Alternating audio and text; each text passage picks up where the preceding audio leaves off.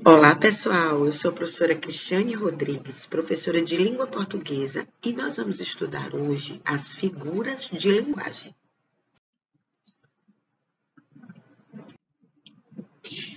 Para que a gente possa, na verdade, entender o objeto do nosso estudo dessa aula, nós precisamos entender o que é a conotação e o que é a denotação, que são, na verdade, os sentidos da linguagem, certo? Nós temos o sentido conotativo e o sentido denotativo. O que é a denotação? Denotação, na verdade, é o sentido real e a conotação é o sentido figurado. Então, para que a gente possa nunca mais esquecer, nós vamos lembrar que denotação começa com D de dicionário. Então, denotação é o sentido literal, ou seja, o que realmente a palavra significa, o sentido do dicionário. E nós temos o sentido, então, conotativo, que é o sentido figurado. Então, a conotação é uma ação que consiste no emprego de uma palavra a partir de um sentido figurado, não literal, e dependente do contexto. Aquilo que uma palavra pode sugerir além do seu sentido real, através de associações com outras palavras, outros contextos, outros seres e etc. Então, gente, eu trouxe para vocês aqui, ó, um cartezinho para vocês entenderem na prática, na verdade, para vocês entenderem o que é a denotação e o que é a conotação. Então, vejam aqui, coração, né? No sentido denotativo, ele significa literalmente o órgão, e nós temos aqui a subjetividade da conotação. E para que a gente possa estudar figuras de linguagem, é necessário que a gente entenda qual o sentido conotativo das palavras, já que é o sentido figurado. Então, pessoal, para fechar o nosso estudo sobre figuras de linguagem, nós vamos estudar hoje as figuras de sons. Vamos lá? Então, a primeira figura de som é a aliteração. Como o nome já nos sugere, é uma figura de som, porque vai trabalhar dentro da fonética da língua portuguesa. São os sons, aquilo que você ouve, tá bom? Então, a aliteração é a repetição de sons consonantais. Exemplo, o rato roeu a roupa do rei de Roma. Então, nós temos aqui a repetição de sons consonantais. Isso a gente chama de aliteração. Então, eu tenho aqui, ó, um exemplo da tirinha, ó, o rato roeu a roupa do rei de Roma. Cebolinha, você aprendeu a falar? O rato roeu a roupa do rei de Roma. Claro, né? Então, aqui a gente tem um exemplo, tá, de aliteração na tirinha. Então, outra figura de som é a paronomásia, que é a repetição de palavras cujos sons são parecidos. Então, a gente tem aqui o exemplo, ó, o cavaleiro, muito cavalheiro, conquistou a donzela.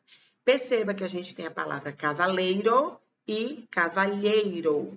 Cavaleiro, homem que anda a cavalo, e cavalheiro, homem gentil. Então, são duas palavras com significados diferentes, palavras diferentes que têm um som parecido. Aí a gente tem um exemplo aqui também na tirinha, ó, onde o jogador diz, perdi o pênalti por causa da grama. E o político diz, perdi o escrúpulo por causa da grana.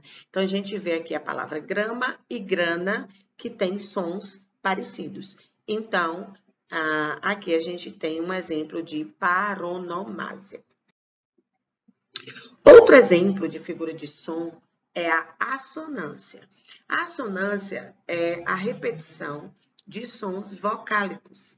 Então, exemplo, o que o vago e incógnito desejo de ser eu mesma, do meu ser me deu. É, na verdade, um exemplozinho, né, de um fragmento de um texto de Fernando Pessoa. Perceba aqui na tirinha da Mafalda, né, que ele diz aqui, Ela diz, minha mãe amassa. Amassa só? Sim, amassa só e salga a massa. A massa se amassa na mesa. A massa é sã. Sim, essa massa é sã. O bom de ir para a escola é que a gente pode ter conversas literárias. Então, perceba aqui que a assonância é a repetição de sons vocálicos, tá bom? Amassa, né? Amassa, junto e separado. Mas o som é, na verdade, parecido, né? Então, é a repetição desses sons vocálicos. A gente chama de assonância. Essa aqui é a mais conhecida e a mais utilizada, né, dentro das figuras de linguagem,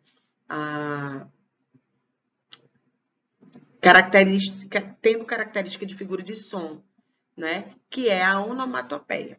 As onomatopeias, elas são muito utilizadas, né, principalmente nos contos, nas fábulas, principalmente nas fábulas, onde a gente tem a personificação também, que é uma figura de linguagem que traz características humanas a seres inanimados, ou seja, animais que falam, enfim. A onomatopeia é a inserção de palavras no discurso que vai imitar os sons, tá bom? Então, falando numa linguagem mais coloquial, é a imitação dos sons. Exemplo, não aguento o tic-tac desse relógio, tá? Então, veja aqui, ó, o tic-tac, que é a palavra, né, imitando o som das coisas. Aí a gente tem aqui uma tirinha do Cebolinha, né? Ó, bum, bum, bum. Cebolinha quer parar de fazer barulho? Aí ele faz buá, buá, né? Imitando aqui o som do choro, tá? Então, a gente vê aqui que a onomatopeia é a inserção de palavras no discurso que vai emitir o som. A gente tem várias onomatopeias, né? Os gibis também, as histórias em quadrinhos, é muito comum ter a presença de onomatopeias. Então, eu trouxe aqui para vocês, né, um resumozinho das figuras de linguagem, para que a gente possa fechar esse assunto aqui. Nós temos as figuras de palavras, as figuras de pensamento, as figuras de sintaxe ou construção e as figuras de som ou harmonia, que a gente está vendo aqui nessa aula para finalizar esse nosso assunto sobre figuras de linguagem. Então, figuras de palavras ou semânticas, elas vão produzir maior expressividade à comunicação através das palavras, e a gente tem aqui a metáfora, a comparação, a metonímia, a catacrese, sinestesia, perífrase ou antonomásia. São figuras de palavras ou semânticas. Temos também, né, as figuras de pensamento, que nós já estudamos, que elas vão produzir maior expressividade à comunicação através da combinação de ideias e pensamentos. Aí nós temos hipérbole, eufemismo, lilote, ironia, personificação ou prosopopeia, tá bom? Antítese, paradoxo, gradação e apóstrofe. Dentro das figuras de sintaxe ou construção, nós temos aqui elipse, pleonasmo, zeugma, hipérbato, silepse, né? Anacoluto, anáfora, polissíndeto, hipérbato. Elas vão produzir maior expressividade à comunicação através da inversão, repetição ou omissão de termos na construção das frases. E por último, que foi objeto dessa nossa aula, nós temos aqui as figuras de som ou harmonia, que elas vão produzir maior expressividade à comunicação através da sonoridade, tá? Então, a gente tem a aliteração, paronomásia, assonância e onomatopeia, tá, gente? Eu espero que vocês tenham gostado da nossa aula. Nós vamos ficando por aqui e até a próxima.